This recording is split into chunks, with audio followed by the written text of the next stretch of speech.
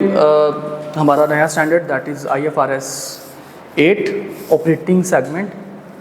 ये एक तरह का समझ लीजिए कि हमारी फाइनेंशियल स्टेटमेंट्स के अंदर ही अगर हम एक से ज़्यादा काम कर रहे हैं, हमारे डिफरेंट सेगमेंट्स हैं, डिफरेंट हमारे प्रोजेक्ट्स हैं, तो वहाँ पे हमें ये स्टैंडर्ड लीड करता है। एग्ज़ाम्पल के तौर पर अगर मैं बात करता हूँ पेप्सी कोला इंटरनेशनल की, तो पेप्सी कोला इंटरनेशनल वो सिर्फ पेप्सी कोला ही नहीं बनाता, बल्कि वो लेज़, चीटोज़ वगैरह वो सारे काम भी वही करता है।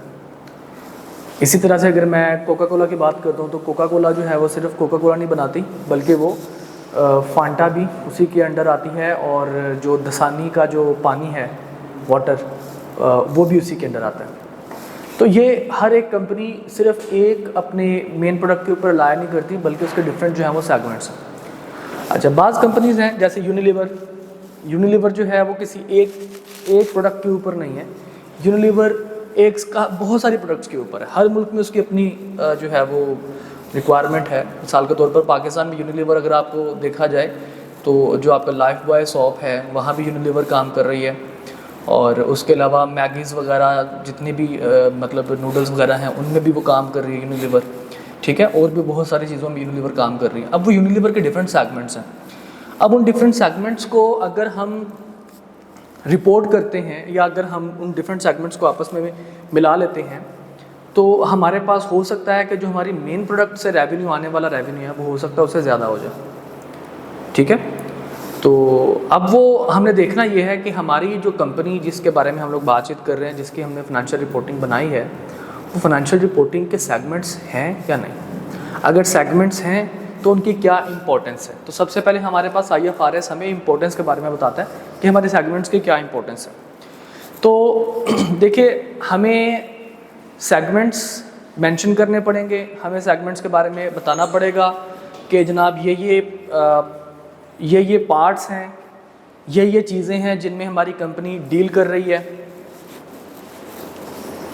ये कंपनी सेगमेंट्स के अंदर हमारी कंपनी डील कर रही है, और डिसीजन मेकिंग जो है वो इजी हो जाए इन्वेस्टर्स के लिए, ताकि इन्वेस्टर्स को पता हो कि जनाब ये कंपनी का जो कंबाइंड प्रॉफिट आ रहा है, क्योंकि फाइनेंशियल रिपोर्टिंग में तो जस्ट एक प्रॉफिट दिखाएंगे, रेवेन्यू दिखाएंगे और प्रॉफिट दिखाएंगे। इन्वेस्टर्स को पता होना चाहिए कि जनाब ये प्रॉफिट उनकी एक मेन प्रोडक्ट से नहीं आ रहा, बल्कि उनकी डिफरेंट सेगमेंट से आ रहा है। अब मिसाल के तौर पर जैसे अभी मैंने आपको एग्जांपल दी पेप्सी कोला इंटरनेशनल की, मुझे 2017 से पहले बिल्कुल नहीं पता था कि पेप्सी कोला इंटरनेशनल के अंडर आते हैं ये लेज़ और चीटोज़ वगैरह।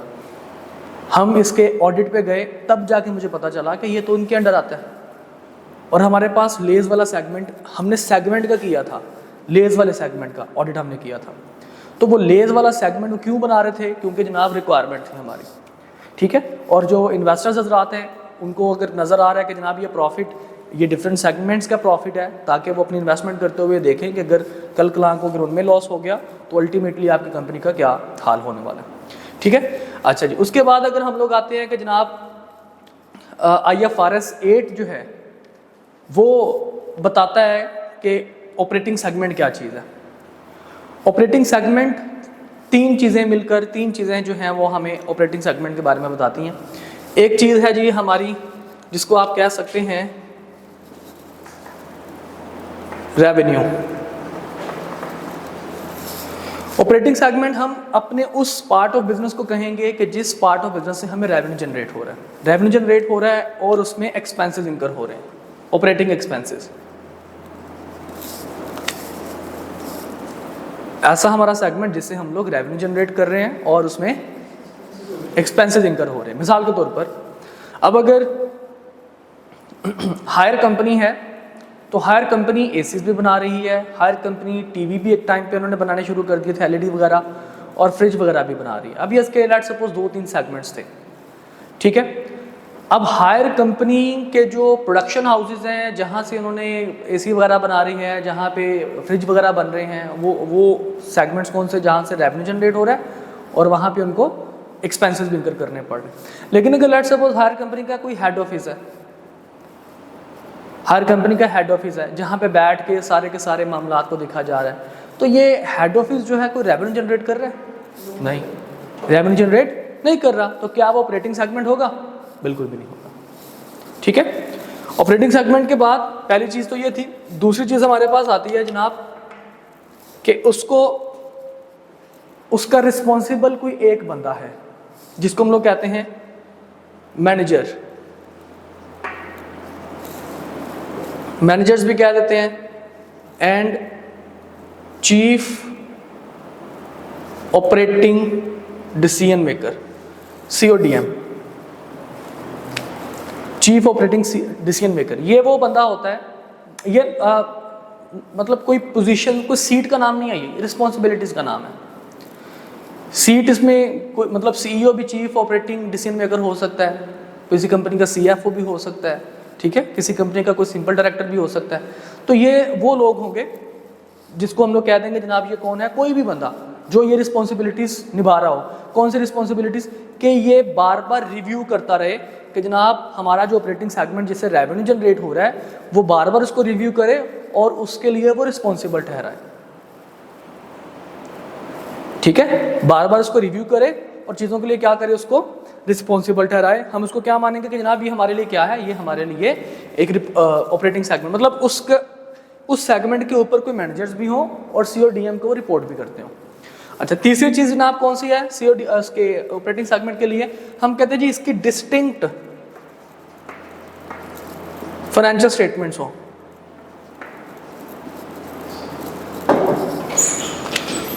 डिस्टिंक्ट फाइनेंशियल स्टेटमेंट्स का क्या मतलब है? डिस्टिंक्ट फाइनेंशियल स्टेटमेंट्स का मतलब है कि जनाब इसका अलग से, मतलब हर सेगमेंट अपना अपना रेवेन्यू, प्रॉफिट अलग से, एसेट्स वगैरह, लायबिलिटीज वगैरह अलग से जनरेट करता हो, ठीक है। तो हम उसको क्या मानेंगे जनाब, ये आपके पास ऑपरेटिंग सेगमेंट है। मतलब इसकी फाइनेंशियल स्टेटमेंट्स भी रहेगा बनेगी? जी बिल्कुल, इनकी अपनी अपनी बनती है फाइनेंशियल स्टेटमेंट्स, लेकिन आप उन लोगों को नहीं बनानी, फिक्र ना करें आप। कंपनी एक ही बनाएगी, कंपनी के अंदर रेवेन्यू लिखा होगा सिर्फ, ठीक है, लेकिन वो रेवेन्यू कहाँ कहाँ से जनरेट किया उसकी आगे वर्किंग या उसका नोट दिए होंगे, ठीक है, और वो नोट के अंदर मेंशन किया होगा कि जनाब उस कंपनी के अंदर ये जो रेवेन्यू है डिफरेंट सेगमेंट्स के साथ आया, इस सेगमेंट से इतना रेवेन्यू आया, इस सेगमेंट से इतना रेवेन्यू आया। हर सेगमेंट की प्रॉपर अलग से बने? जी अलग से फाइनेंशियल्स बनते हैं उनके। ओके, अच्छा जी, अब जनाब स्टैंडर्ड हमें IAS 8 हमें कहता है कि जनाब आपको मैंने इंपॉर्टेंस और ऑपरेटिंग सेगमेंट के बारे में बता दिया, आपने ऑपरेटिंग सेगमेंट आइडेंटिफाई कर लिया कि जनाब ये ऑपरेटिंग सेगमेंट है, ठीक है। हर एक बंदा जो इसके लिए रिस्पॉन्सिबल होगा वो मैनेजर्स उनके होंगे, किसको रिपोर्टेबल होगा, CODM को, चीफ ऑपरेटिंग डिसीजन मेकर को, ठीक है, जो कि बार बार इन चीज़ों को क्या कर रहा होगा, रिव्यू कर रहा होगा। अच्छा, एक आपकी बुक के अंदर एक मेंशन चीज़ है मैट्रिक्स, जो स्ट्रक्चर है किसी भी कंपनी का, मैट्रिक्स स्ट्रक्चर का आप लोगों ने शायद उस MFA पढ़ा होगा या BMBS अगर आपने पढ़ी है तो BMBS या MFA में पढ़ा होगा कि मैट्रिक्स स्ट्रक्चर किसी भी ऑर्गेनाइजेशन का आजकल बड़ा पॉपुलर है कि रिसोर्सेज को ऑप्टिमम यूटिलाइजेशन करने के लिए आप एक मैनेजर, एक बंदा रिपोर्टेबल होता है एक से ज़्यादा बंदों को और एक से ज़्यादा कामों के लिए। मिसाल के तौर पर एक मिस्टर B है,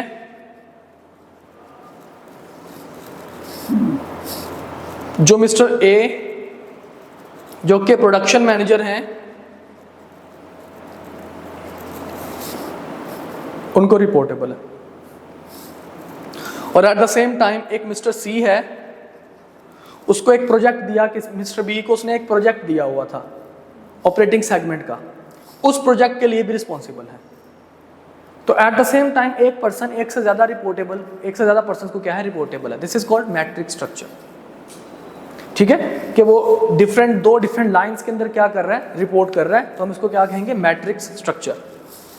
ओके, तो खैर ये इतना चीज़ इंपॉर्टेंट नहीं है, इंपॉर्टेंट चीज़ की तरफ अभी हम लोग आते हैं। कहता जी ऑपरेटिंग सेगमेंट को क्या आपने हर ऑपरेटिंग सेगमेंट को रिपोर्ट करना है?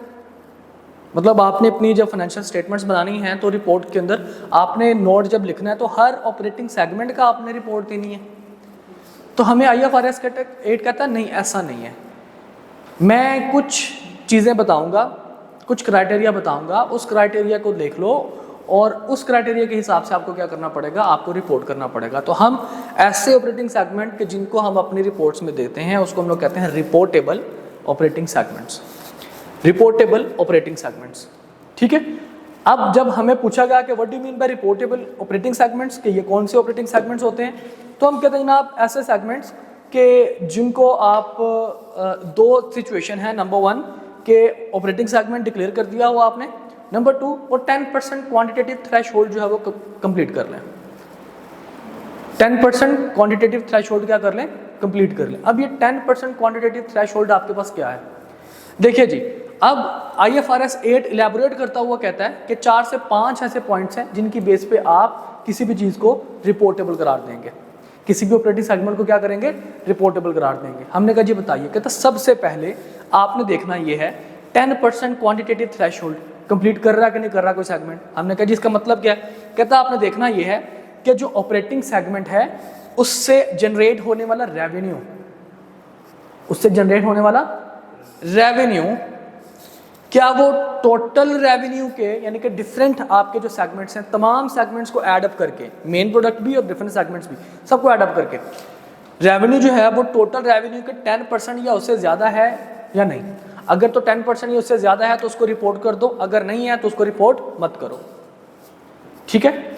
दूसरा, अगर रेवेन्यू नहीं है तो फिर दूसरी सिचुएशन में जो प्रॉफिट को देख लो कि अगर उस सेगमेंट से मिलने वाला प्रॉफिट 10% या ज़्यादा है, किससे, कंबाइंड जो आपका प्रॉफिट है, कंबाइंड प्रॉफिट किन चीज़ों का, profit which did not reported loss, मतलब आपके लेट सपोज 3-4 सेगमेंट्स हैं, उन 4 सेगमेंट्स हैं, 4 सेगमेंट में से एक में 2 में आपको लॉस आ गया, 2 में आपको प्रॉफिट आ गया, पॉसिबिलिटी है ना, 2 में आपको लॉस आ गया, 2 में आपको प्रॉफिट आ गया, तो कहता जी आपने 10% और मोर ऑफ प्रॉफिट किसका देखना है, उनका प्रॉफिट जिनके ऊपर सिर्फ प्रॉफिट आया हुआ है, ठीक है, उसको नेट ऑफ नहीं करना शुरू कर देना, जिनके ऊपर सिर्फ प्रॉफिट आया वो, या फिर लॉस जिनके ऊपर सिर्फ लॉस आया, उन दोनों को कंपेयर करो, यानी कि या तो सिर्फ टोटल प्रॉफिट को या फिर सिर्फ लॉसेस को कंपेयर करो, और कंपैरिजन के बाद हमें बताओ विच एवर इज ग्रेटर। अगर प्रॉफिट ज़्यादा है तो प्रॉफिट का 10% या उससे ज़्यादा होना चाहिए उस सेगमेंट का प्रॉफिट, और अगर आपके पास लॉसेस ज़्यादा हैं तो 10% या उससे ज़्यादा, लॉसेस का 10% उससे ज़्यादा होना चाहिए। समझ आई बात की, गॉट इट। रेवेन्यू 10% जितना भी आपके पास कंबाइंड आ रहा है दैट इज ओके। दूसरा, प्रॉफिट के टाइम पे हमें 10% उससे ज़्यादा किस चीज़ का देखना है, या सिर्फ प्रॉफिट्स का या सिर्फ लॉसेस का, विच एवर इज ग्रेटर। अगर प्रॉफिट ज़्यादा है तो प्रॉफिट का 10% उससे ज़्यादा, और अगर लॉसेस ज़्यादा हैं तमाम सेगमेंट्स के, मतलब इसका भी लॉस होगा फिर? नहीं, लॉस नहीं होगा, इसका हम प्रॉफिट देखेंगे ना। फॉर एग्जांपल जैसे हम बात कर लेते हैं कि लेट सपोज आपके पास एक वैल्यू आ गई 100, ठीक है, उस 100 का ये आपके पास सेगमेंट का प्रॉफिट है। अब आपने देखना ये है कि आपको 4 आपके पास सेगमेंट है, एक सेगमेंट के ऊपर आपको जनाब मिल गया कोई 100 रुपये का प्रॉफिट, 50 रुपये का, 60 रुपये का प्रॉफिट। दूसरे सेगमेंट के ऊपर जनाब आपको मिल गया कोई तकरीबन 110 रुपये का प्रॉफिट, ठीक है। तो टोटल आपके पास प्रॉफिट कितना हो गया, 170 हो गया जी। अच्छा, तीसरे सेगमेंट में आपको लॉस आ गया था, लेट सपोज आपको लॉस आया तकरीबन कोई 20 रुपये का, और उसके बाद आपको लॉस आया तकरीबन कोई 80 रुपये का, ये कितना हो गया 100। तो अब आपने 10% का जो थ्रेशोल्ड देखना है ना, वो दोनों में से ग्रेटर कौन है, ये वाला, तो आपने 10% सिर्फ 170 का देखेंगे, ओके, वो बनेगा 17, ठीक है। तो 100 हमारा 17 से ज़्यादा है। सर अगर इसका अपना लॉस हो इस सेगमेंट का, तो लॉस भी हम कंपेयर करेंगे उसके साथ, ठीक है। तो लॉस भी हम, लेट सपोज अगर हमने प्रॉफिट कंपेयर किया तो फिर हम लोग लॉस भी कंपेयर करेंगे कि सेगमेंट का लॉस है तो उसका लॉस इतना ज़्यादा है कि जनाब ये इनके 10% से मीट कर रहा है, तो दैट्स इट। हाँ जी, ओके। प्रॉफिट और लॉस, प्रॉफिट और लॉस यहाँ पे लिख देता हूँ मैं, क्लैरिटी हो जाए। अच्छा जी, इसके बाद जनाब तीसरी कंडीशन क्या है जी, इनके एसेट्स देख लो, सेगमेंट के एसेट्स देख लो कि जिन सेगमेंट के एसेट जो है वो कंबाइंड एसेट्स के 10% या उससे ज़्यादा हैं, आप उसको भी रिपोर्ट कर दो। तो ये 3 सिचुएशंस बना दी गई कि जनाब ये 3 सिचुएशंस देख लीजिए कि इन तीनों को हम लोग कहते हैं क्वांटिटेटिव थ्रेशोल्ड। इन तीनों में से कोई एक भी मीट कर गया तो आप उसको क्या कर देना, रिपोर्ट कर देना।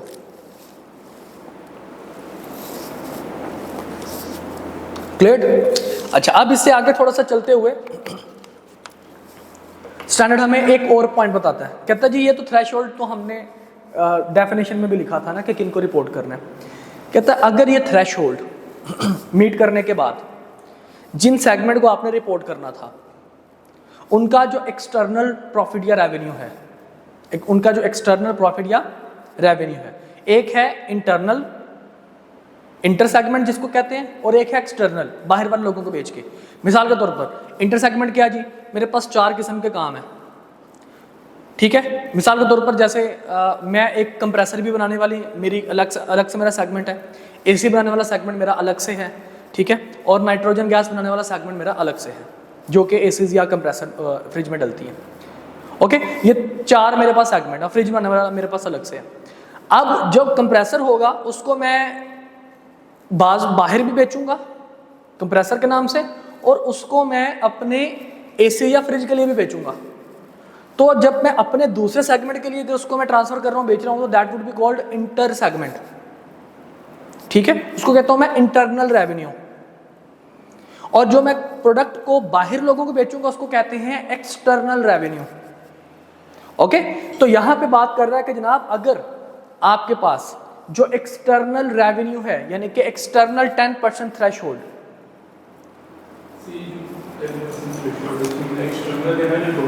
इसमें लेना टोटल है, लेकिन रिपोर्ट करते हुए आपने जस्ट एक्सटर्नल को कंसीडर करेंगे। क्या इसमें इंटरनल रेवेन्यू कंसीडर करते हैं? रेवेन्यू को हम लोग रिपोर्ट जरूर करते हैं, इंटरनल रेवेन्यू और एक्सटर्नल रेवेन्यू को हम लोग रिपोर्ट जरूर करते हैं, ठीक है।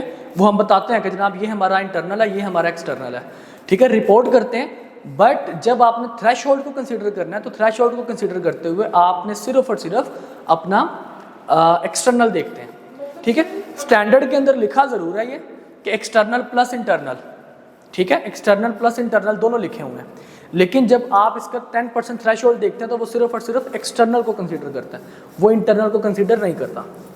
सर मैं ये जैसे आपने ये कंप्रेसर और ये एसी वाली एग्जांपल दी, तो सर अगर आप खुद को ये कंप्रेसर बेचेंगे तो आप उसके भी पैसे लेंगे खुद से? नहीं, जाहिर बात है, अगर मैं एक सेगमेंट दूसरे सेगमेंट को कोई चीज़ बेच रहा है, सेगमेंट क्या चीज़ है, हमने कहा जनाब वो टोटली डिफरेंट है, अलग है। मिसाल के तौर पर जैसे हमारे पास ये फैसलाबाद कैंपस है, लाहौर का हेड ऑफिस है एक, और लाहौर का एक कैंपस है, एक मुल्तान का कैंपस है, इस्लामाबाद का कैंपस है। हर कैंपसेस अपने अपने रेवेन्यू अलग से जनरेट करते हैं। हर कैंपसेस के अंदर उनके कैंपस हेड मौजूद हैं जिनको आप प्रिंसिपल कहते हैं। हर कैंपसेस जो है, हर कैंपस जो है वो अपनी अपने रेवेन्यू जनरेट करके हेड ऑफिस को रिपोर्ट करता है, ठीक है। अगर एक कैंपस लेट्स सपोज फैसलाबाद अगर इस्लामाबाद वाले कैंपस को कोई चीज़ भेजता है, ठीक है, कोई उनको कोई लोन वगैरह देता है, कोई उनको किसी किस्म के उनके साथ रेवेन्यू की ट्रांजैक्शन करता है, ठीक है, लेट्स सपोज हमारी एक प्रोडक्ट थी, हमने उठा के जनाब उनको दे दी, अब उसके बदले में हम उनसे पैसे लेंगे, ठीक है। तो अगर सेगमेंट की बात करेंगे तो अगर हम अपनी प्रोडक्ट दूसरे सेगमेंट को बेच रहे हैं तो हम उनसे पैसे लेंगे, ठीक है। अच्छा, तो यहाँ पे मैं दोबारा आपको बता रहा हूँ कि रेवेन्यू मैंने इस वजह से एक्सटर्नल और इंटरनल मैंने नहीं लिखा क्योंकि एक्सटर्नल और इंटरनल जो है वो आपके बताया हुआ है आपके स्टैंडर्ड के अंदर, लेकिन जब हम प्रैक्टिकल इसके क्वेश्चंस की बात करते हैं, प्रैक्टिकल फील्ड की बात करते हैं, तो वो कहता है जनाब जो आपका इंटरनल सेगमेंट्स है ना, इंटर सेगमेंट जो होते हैं उनको आप एक्सक्लूड कर दें। आपने सिर्फ और सिर्फ एक्सटर्नल को देखना है क्योंकि बाकी जो आगे आने वाली चीज़ है ना, ये वाली, ये एक्सटर्नल के साथ डील कर रही होगी। मैं जो बता रहा हूँ कि जनाब जो अभी मैं बात करने लगा हूँ आप लोगों के साथ कि जनाब अगर आपके पास ये 10% क्वांटिटेटिव थ्रेशोल्ड को मीट करवाने वाले रेवेन्यूज, इनको मीट करवाने वाले रेवेन्यूज या प्रॉफिट्स, ठीक है, इनको जो भी इनको मीट करवाता है, अगर उनका रेवेन्यू ऐसे सेगमेंट्स जो कि 10% थ्रेशोल्ड को मीट कर जाते हैं, उनका रेवेन्यू अगर टोटल रेवेन्यू के, उनका सबका कंबाइंड रेवेन्यू अगर टोटल रेवेन्यू के 75% से कम है, मिसाल के तौर पर मैं अभी आपको एग्जांपल दी मैंने हायर की, अगर एसी वाला सेगमेंट का रेवेन्यू ये थ्रेशोल्ड मीट करवा जाता है, फ्रिज वाला थ्रेशोल्ड मीट करवा जाता है, एक हमारे पास कंप्रेसर और एक हमारे पास नाइट्रोजन गैस है, एक और वो दोनों मीट नहीं करवाते, तो एसी और फ्रिज वाले रेवेन्यू को हम लोग ऐड करेंगे, कंबाइंड हमारे पास आ जाएगा ऐसा रेवेन्यू जो कि रिपोर्टेबल सेगमेंट्स का रेवेन्यू है, ठीक है। इसको हम लोग देखेंगे कि क्या ये टोटल रेवेन्यू के जो चारों सेगमेंट से मिलने वाला रेवेन्यू है, इन टोटल रेवेन्यू के 75% से कम तो नहीं है कहीं? अगर तो 75% से कम है तो फिर हम लोग कह देंगे कि जनाब आप एक एडिशनल सेगमेंट इसमें ऐड कर लें, एक नया सेगमेंट क्या कर लें इसमें ऐड कर लें, ताकि आपका 75% पूरा हो जाए। अब वो सेगमेंट कोई भी आप ले सकते हैं जिसकी मदद से 75% पूरा हो जाए। मिसाल के तौर पर मैंने कहा कि जनाब अभी हम इसकी बात कर रहे थे कि लेट्स सपोज हम बात कर लेते हैं जनाब हमारे पास 3-4 सेगमेंट्स हैं, इसको मैं मिटाने लगा हूँ।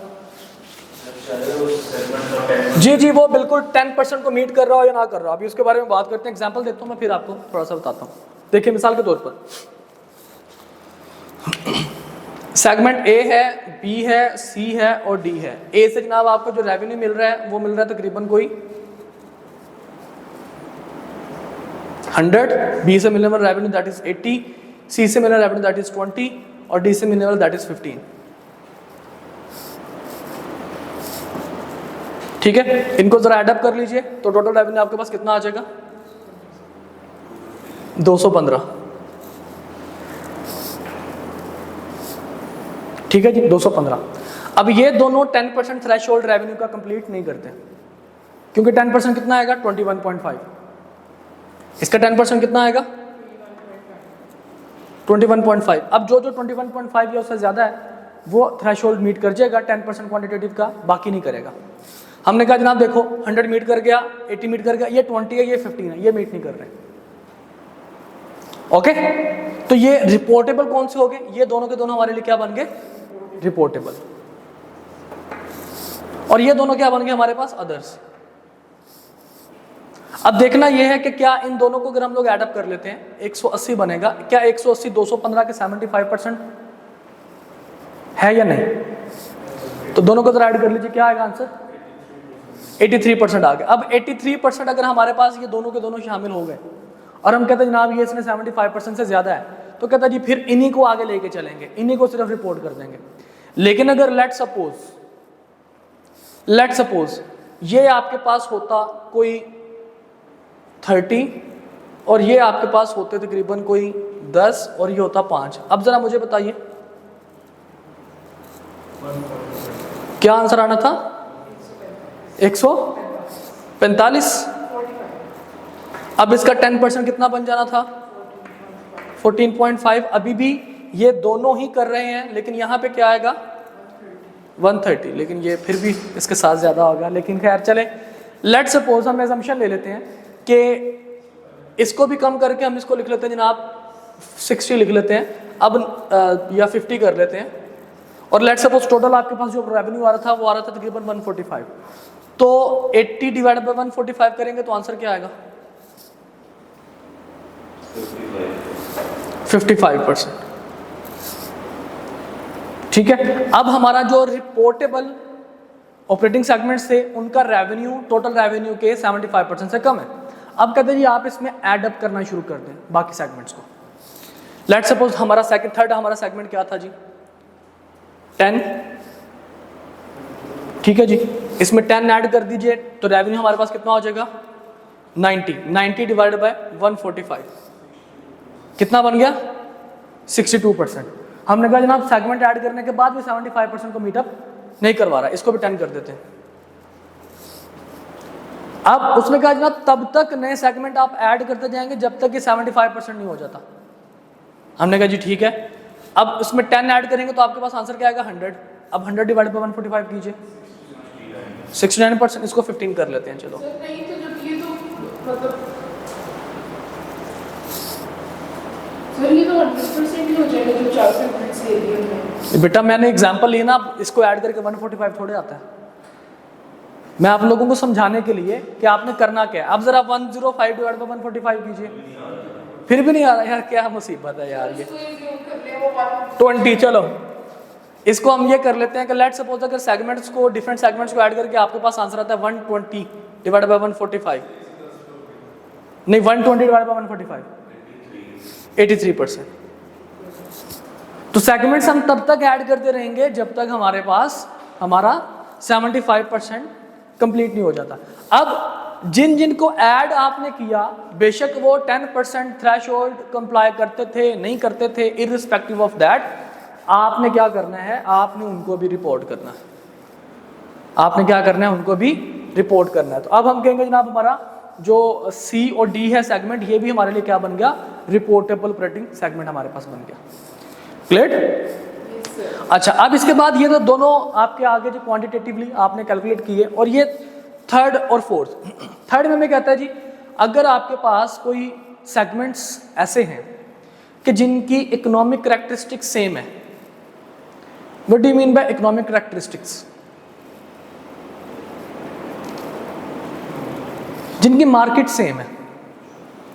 मिसाल के तौर पर हम एसीज की बात कर रहे हैं ना, अब ये हमारे पास एसीज के डिफरेंट वेरिएंट्स हैं, ठीक है, डिफरेंट वेरिएंट्स हैं। हर वेरिएंट लेट सपोज अलग अलग सेगमेंट है, लेट सपोज अलग अलग सेगमेंट है हर वेरिएंट। अब हर वेरिएंट अगर आपके पास अलग अलग सेगमेंट है तो हम कहेंगे कि जनाब ये आपके पास, आप इनके कैरेक्टरिस्टिक, इकोनॉमिक कैरेक्टरिस्टिक्स इनके सेम है, इनको क्या कर लो, कंबाइन कर लो। डिफरेंट शेप, डिफरेंट मॉडल्स, ठीक है। जैसे एसी, विंडो एसी, घर वाले जो एसी बनाने वाले और हैं, कमर्शियल एसी बनाने वाले और हैं। मिसाल के तौर पर जो कैबिनेट है वो लेट सपोज कहीं और बन रहा हो, ये एसीज कहीं और बन रहे हो, तो दो सेगमेंट्स हो गए, ठीक। लेकिन हैं क्या, ये हैं दोनों के दोनों एसी, तो हम क्या कहेंगे, इनके इकोनॉमिक कैरेक्टरिस्टिक्स क्या है, सेम है। तो इनके इकोनॉमिक कैरेक्टरिस्टिक्स जब सेम है तो हम कहते हैं जनाब इनको कंबाइन कर लो, ठीक है। अगर लेट सपोज इंडिविजुअली ये 10% थ्रेशोल्ड को कंप्लाई नहीं कर रहे थे, लेकिन दोनों को कंबाइन करने के बाद ये 10% थ्रेशोल्ड को कंप्लाई कर गए, पॉसिबिलिटी है ना। दोनों का रेवेन्यू को आपने एडअप किया, पता चला जनाब दोनों का रेवेन्यू मिलकर 10% उससे ज्यादा बन रहा है, तो हम क्या कह देंगे, उनको क्या कर दो, रिपोर्ट कर दो, ठीक है, उनको क्या कर दो, रिपोर्ट कर दो। और लास्ट में कहता है जी कॉन्टिन्यूइंग। कॉन्टिन्यूएशन का मतलब ये है कि जनाब आप पिछले सालों में क्या कर रहे थे, उसको कॉन्टिन्यूसली रिपोर्टेबल करार दे रहे थे, लेकिन इस साल क्या हुआ, वो रिपोर्टेबल नहीं रहा, मतलब 10% थ्रेशोल्ड क्राइटेरिया मीट नहीं कर रहा।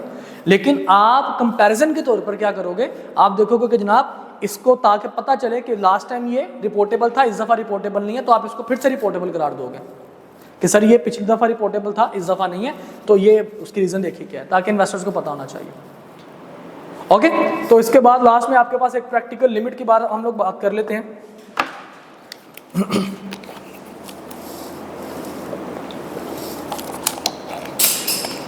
वो कहता है जनाब आपने बताना ये है कि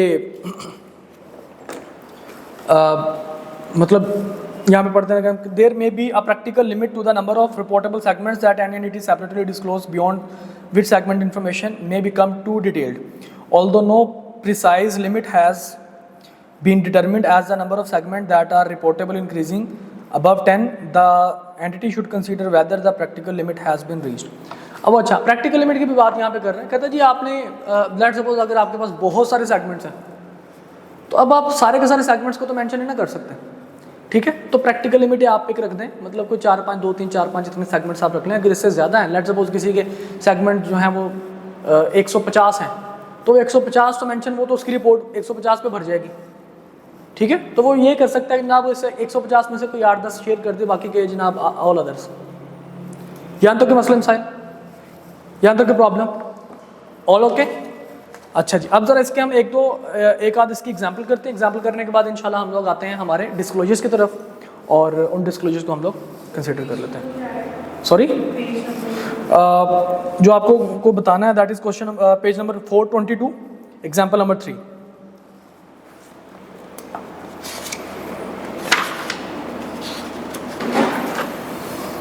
उसके बाद आपको एक क्वेश्चन डिस्क्लोजर का करवाया जाएगा, और उसी के साथ जो है वो इसको वाइंड अप कर दिया जाएगा। हाँ आज बस ख़त्म हो गया स्टैंडर्ड डिस्क्लोजर्स हैं, बस इसके बाद कि क्या क्या करना है, बस दैट्स इट। इन लोगों को ना मैं बता रहा था, मैं कह रहा था यार हो जाएगा 31 जुलाई तक, टेंशन सर पता नहीं क्या होगा, सर पता नहीं क्या होगा।